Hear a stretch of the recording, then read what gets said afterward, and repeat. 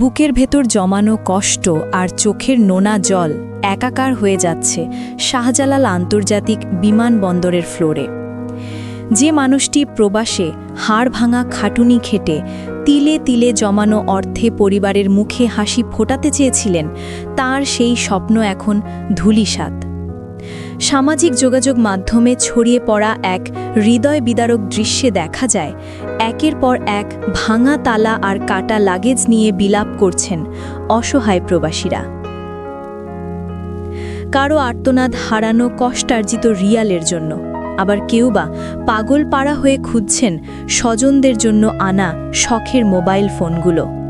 প্রবাস জীবনের ঘাম ঝরানো উপার্জন দিয়ে কেনা উপহারগুলো যখন নিজের চোখের সামনেই এমন নির্মম চুরির শিকার হয়, তখন সেই রেমিটেন্স যোদ্ধার হাহাকার থামানোর সাধ্যকার।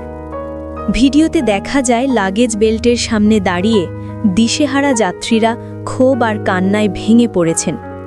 একটি নয়, দুটি নয়, একাধিক ব্যাগের তালা ভেঙে লুটে নেওয়া হয়েছে মূল্যবান মালামাল। তবে দেশজুড়ে তোলপাড় ফেলা এই ঘটনার পেছনের কারণ হিসেবে ভিন্ন তথ্য সামনে এনেছে বেসামরিক বিমান চলাচল কর্তৃপক্ষ।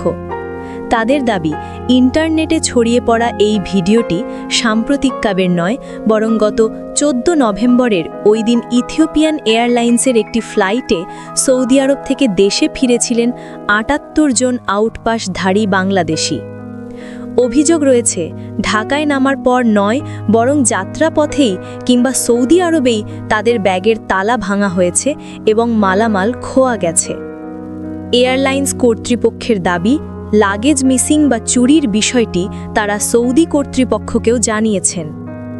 কর্তৃপক্ষের এমন ব্যাখ্যা বা দায় এড়ানোর চেষ্টা হয়তো নথিপত্রে লেখা থাকবে, কিন্তু প্রশ্ন হল, ভুক্তভোগী ওই প্রবাসীর অপূরণীয় ক্ষতির দায় নেবে কে?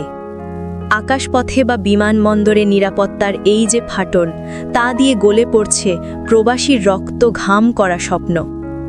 সাধারণ মানুষের প্রশ্ন, আর কতবার এমন চুরির ঘটনা ঘটলে এবং আর কত প্রবাসীর কান্না ঝরলে টনক নড়বে সংশ্লিষ্টদের? নিশ্চিত হবে রেমিটেন্স যোদ্ধাদের প্রাপ্য সম্মান ও নিরাপত্তা?